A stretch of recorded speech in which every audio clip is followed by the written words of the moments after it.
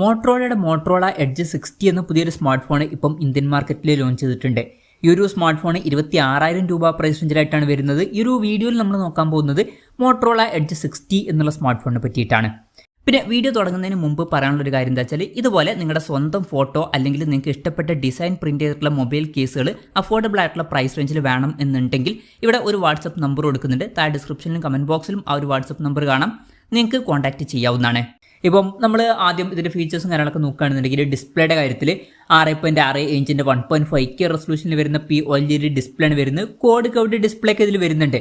Punch hole design വരുന്നുണ്ട്. Punch hole വരുന്ന top centre ഭാഗത്തായിട്ടാണ്. 120 ഹെർട്സിൻ്റെ റിഫ്രഷ് റേറ്റ് ഒക്കെ ഇതിൽ സപ്പോർട്ട് ചെയ്യുന്നുണ്ട്.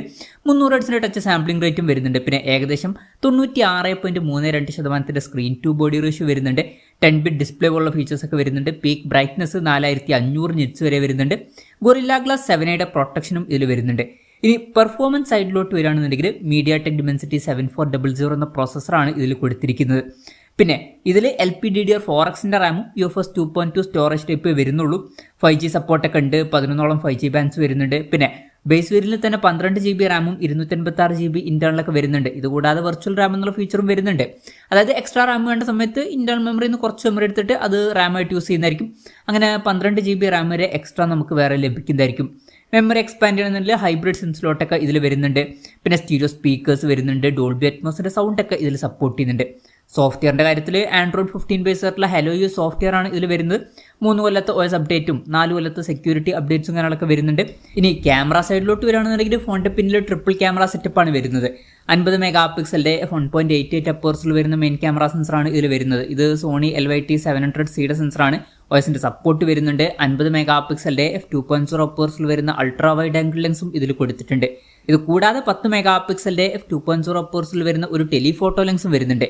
ഇതിൽ 3x ഒപ്റ്റിക്കൽ സൂം സപ്പോർട്ട് ചെയ്യുന്നുണ്ട്. OSന്റെ സപ്പോർട്ടും വരുന്നുണ്ട്. പിന്നെ ഫ്രണ്ടിലും 50 മെഗാ പിക്സലിന്റെ f2.0 അപ്പേഴ്സിൽ വരുന്ന സെൽഫി ക്യാമറ എടുത്തിട്ടുണ്ട്. ഇനി ബാറ്ററിയുടെ ഭാഗത്തോട്ട് വരികയാണെന്നുണ്ടെങ്കിൽ 5500 mAh ബാറ്ററി വരുന്നുണ്ട്. 68 വാട്ടിന്റെ ഫാസ്റ്റ് സപ്പോർട്ട് കൊടുത്തിട്ടുണ്ട്. Type-C ചാർജിംഗ് പോർട്ടും ഇതിൽ വരുന്നുണ്ട്. പിന്നെ സെൻസേഴ്സിന്റെ കാര്യത്തിൽ ഇൻ ഡിസ്പ്ലേ ഫിംഗർ പ്രിന്റ് സെൻസറൊക്കെ ഇതിൽ വരുന്നുണ്ട്. അതുപോലെ തന്നെ NFC-യുടെ സപ്പോർട്ട് വരുന്നില്ല. പിന്നെ 3.5mm ഓഡിയോ ജാക്ക് ഇതിൽ കൊടുത്തിട്ടില്ല. ഫോണിന്റെ വെയിറ്റ് വരുന്നത് ഏകദേശം 181 ഗ്രാമാണ്. തിക്നെസ് വരുന്നത് 8.25 ആണ്. പിന്നെ ബിൽഡ് ക്വാളിറ്റിയുടെ ഒക്കെ കാര്യത്തിൽ IP6869 റേറ്റിംഗ് ഇതിൽ സപ്പോർട്ട് ചെയ്യുന്നുണ്ട്. മികച്ച IP റേറ്റിംഗ് വരുന്നുണ്ട്. MIL STD 810Hന്റെ സർട്ടിഫിക്കേഷൻ വരുന്നുണ്ട്. പൊതുവെ ബിൽഡ് ക്വാളിറ്റിക്ക് ലഭിക്കുന്ന സർട്ടിഫിക്കേഷൻ ആണ്. അപ്പോൾ ഇതൊക്കെയാണ് മൊത്തത്തിൽ ഫീച്ചേഴ്സിനെ പറ്റി പറയാനുള്ള കാര്യങ്ങൾ. ഇനി വിലയുടെ കാര്യത്തിലോട്ട് വരികയാണെന്നുണ്ടെങ്കിൽ 12 GB റാം 256 GB ഇന്റേണൽ വെർഷനാണ് വരുന്നത്. അതിന്റെ വില വരുന്നത് 25,999 രൂപയാണ്. ഫ്ലിപ്കാർട്ട് വഴിയും അതുപോലെ തന്നെ മോട്ടറോളയുടെ വെബ്സൈറ്റ് വഴിയും ഒക്കെയാണ് ഈ ഫോണിന്റെ സെയിൽ നടക്കുന്നത്. ജൂൺ 17 ഈ സെയിൽ സ്റ്റാർട്ട് ചെയ്യുന്നത്. പിന്നെ ബാങ്ക് ഓഫേഴ്സ് ഉണ്ട്. ആക്സിസ് ബാങ്കിന്റെയും അതുപോലെ തന്നെ IDFCയുടെ ഒക്കെ കാർഡ് യൂസ് ചെയ്യണമെന്നുണ്ടെങ്കിൽ 1000 രൂപയുടെ ഓഫും കാര്യങ്ങളൊക്കെ ലഭിക്കുന്നതായിരിക്കും. എന്തായാലും മൊത്തത്തിൽ ഈ ഒരു ഫീച്ചേഴ്സ് എങ്ങനെ ഉണ്ടെന്ന് വെച്ചാൽ നല്ല ഡിസ്പ്ലേ ഫീച്ചേഴ്സ് ആണ്. ഇപ്പോൾ 1.5K റെസൊല്യൂഷനും Quad HD റെസൊല്യൂഷനും ഒക്കെ നല്ല കാര്യങ്ങളാണ്. നല്ലൊരു പീക്ക് ബ്രൈറ്റ്നസും കാര്യങ്ങളൊക്കെ ഇതിൽ വരുന്നുണ്ട്. അപ്പോൾ ഡിസ്പ്ലേ ഫീച്ചേഴ്സ് നല്ലതാണ്. അതുപോലെ തന്നെ IP6869 റേറ്റിംഗ് നല്ലൊരു കാര്യമാണ്. MIL STD 810Hന്റെ സർട്ടിഫിക്കേഷൻ വരുന്നു എന്നുള്ളതും നല്ലൊരു കാര്യം തന്നെയാണ്. അതുപോലെ തന്നെ നല്ലൊരു ഓൺ പേപ്പർ ക്യാമറ സ്പെസിഫിക്കേഷനും ഇതിൽ വരുന്നുണ്ട്. ടെലിഫോട്ടോ ലെൻസ് അടക്കമുള്ള കാര്യങ്ങൾ ഇതിൽ വരുന്നുണ്ട്. അപ്പം ഇതൊക്കെയാണ് ഇതിൻ്റെ ഹൈലൈറ്റ് ആയിട്ടുള്ള ഫീച്ചേഴ്സ്. ഇനി ബാറ്ററി ആവറേജ് ആയിട്ടുള്ള തരക്കേടില്ലാത്ത ഒരു ബാറ്ററി സെറ്റപ്പാണ് എന്നും പറയാവുന്നതാണ്. ഇനി കുറച്ചൊരു ഡിസപ്പോയിൻറ്റിംഗ് ആയിട്ട് തോന്നിയിട്ടുള്ള ഒരു കാര്യം ഇതിൻ്റെ പ്രോസസ്സറും പെർഫോമൻസ് സൈഡും ഒക്കെയാണ്. ഇപ്പം MediaTek Dimensity 7400 എന്ന പ്രോസസ്സറും അത്യാവശ്യം തരക്കേടില്ലാത്തൊരു പ്രോസസ്സറാണ് ഈ ഒരു പ്രൈസ് റേഞ്ചിൽ. പക്ഷേ ഇത് അത്ര പെർഫോമൻസ് ഫോക്കസ്ഡ് ആയിട്ടുള്ള ഫോണാണ് എന്നും പറയാൻ പറ്റില്ല.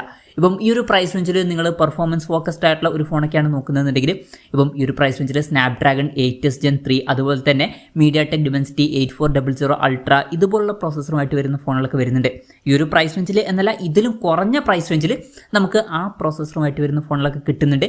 അതിലൊക്കെ ബെറ്റർ ആയിട്ടുള്ള പ്രോസസ്സറാണ്. അപ്പം പെർഫോമൻസ് ഫോണുകളൊക്കെയാണ് നോക്കുന്നതെന്നുണ്ടെങ്കിൽ അതുപോലുള്ള പ്രോസസ്സറുമായിട്ട് വരുന്ന ഫോണുകളൊക്കെ നോക്കുന്നതായിരിക്കും നല്ലത്. അത് മാത്രമല്ല ഇതിൽ LPDDR4Xന്റെ റാമും UFS 2.2 സ്റ്റോറേജ് ടൈപ്പേ കൊടുത്തിട്ടുള്ളൂ.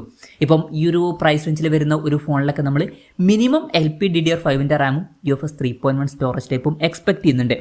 അതും ഇവിടെ മിസ്സിംഗ് ആണ്. അപ്പം ഈ ഒരു ഫോൺ എന്ന് പറയുന്നത് പെർഫോമൻസ് ഫോക്കസ്ഡ് ആയിട്ടുള്ള ഫോണല്ല, നല്ല ഡിസ്പ്ലേയുമായിട്ട് വരുന്ന അതുപോലെ തന്നെ ഓൺ പേപ്പർ നല്ലൊരു ക്യാമറ സ്പെസിഫിക്കേഷനൊക്കെ ഉള്ള ഒരു ഫോണാണ് എന്ന് പറയാവുന്നതാണ്. പിന്നെ ക്യാമറയുടെ കാര്യത്തിൽ പ്രത്യേകം ശ്രദ്ധിക്കേണ്ട ഒരു കാര്യം എന്താ വെച്ചാൽ നമ്മൾ ക്യാമറ ടെസ്റ്റിംഗ് നടത്തിയിട്ടില്ല, ജസ്റ്റ് ഓൺ പേപ്പർ ക്യാമറ സ്പെസിഫിക്കേഷനെ പറ്റി മാത്രമാണ് ഇവിടെ പറഞ്ഞിരിക്കുന്നത്. ഇപ്പോൾ കോമ്പറ്റീഷൻ നോക്കുകയാണെന്നുണ്ടെങ്കിൽ ഈ ഒരു പ്രൈസ് റേഞ്ചിൽ പെർഫോമൻസിൻ്റെ കാര്യത്തിൽ ബെറ്റർ ആയിട്ടുള്ള കുറേ ഓപ്ഷൻസ് വേറെ ഉണ്ട്. അത് മാറ്റി നിർത്തിയിട്ട് ഇനി ക്യാമറയുടെ കാര്യത്തിലോട്ട് വരികയാണെന്നുണ്ടെങ്കിൽ തന്നെ ഈ ഒരു പ്രൈസ് റേഞ്ചിൽ ചില ഫോണുകളിലൊക്കെ നമുക്ക് ടെലിഫോട്ടോ ലെൻസ് കിട്ടുന്നുണ്ട്. ഉദാഹരണം പറയുകയാണെന്നുണ്ടെങ്കിൽ റിയൽമിയുടെ 13 Pro Plusൽ നമുക്ക് പെരിസ്കോപ്പ് ലെൻസ് തന്നെ കിട്ടുന്നുണ്ട് ഇതിലും കുറഞ്ഞ പ്രൈസ് റേഞ്ചിൽ. അതുപോലെ തന്നെ നത്തിങ് ഫോൺ 3A എന്നുള്ള സ്മാർട്ട് ഫോൺ വരുന്നുണ്ട്. അതുപോലെ തന്നെ ഇതിലും കുറഞ്ഞൊരു പ്രൈസ് റേഞ്ചിലൊക്കെ CMF ഫോൺ 2 Pro എന്ന സ്മാർട്ട് ഫോണിൽ നമുക്ക് ടെലിഫോട്ടോ ലെൻസ് കിട്ടുന്നുണ്ട്, അതും 19,000 രൂപ പ്രൈസ് റേഞ്ചിലൊക്കെ തന്നെ. അപ്പം കോമ്പറ്റീഷൻ കുറച്ച് ടൈറ്റാണ്. എന്തായാലും ഈ ഒരു പ്രൈസ് റേഞ്ചിൽ ഇത് വളരെ മികച്ചൊരു ഫോണായിട്ട് എനിക്ക് പേഴ്സണലി തോന്നിയിട്ടില്ല. ആവറേജ് ആയിട്ടുള്ള ഒരു ഫോൺ എന്നേ പറയാൻ പറ്റുള്ളൂ. ഇപ്പോൾ ടെലിഫോട്ടോ ലെൻസ് ഒക്കെ ക്യാമറയിൽ വേണം, അതുപോലെ തന്നെ കോഡ് കർവ്ഡ് ഡിസ്പ്ലേ ഒക്കെ വേണം എന്നുണ്ടെങ്കിൽ കൺസിഡർ ചെയ്യാം എന്നേ ഉള്ളൂ. പെർഫോമൻസ് സൈഡ് അത്ര മികച്ചതായിട്ട് എനിക്ക് പേഴ്സണലി തോന്നിയിട്ടില്ല. അപ്പം ജസ്റ്റ് ഒരു ആവറേജ് ആയിട്ടുള്ള ഫോൺ മാത്രമായിട്ടാണ് ഈ ഒരു ഫോൺ എനിക്ക് തോന്നിയിട്ടുള്ളത്. അധികം ഞാൻ റെക്കമെൻഡ് ചെയ്യൂല. അതാണ് ഈ ഒരു ഫോണിനെ പറ്റിയിട്ടുള്ള എൻ്റെ ഒരു പേഴ്സണൽ അഭിപ്രായം. ഈ ഒരു ഫോണിനെ പറ്റിയിട്ടുള്ള നിങ്ങളുടെ അഭിപ്രായം ജസ്റ്റ് ഒന്ന് കമൻറ്റ് ചെയ്യുക.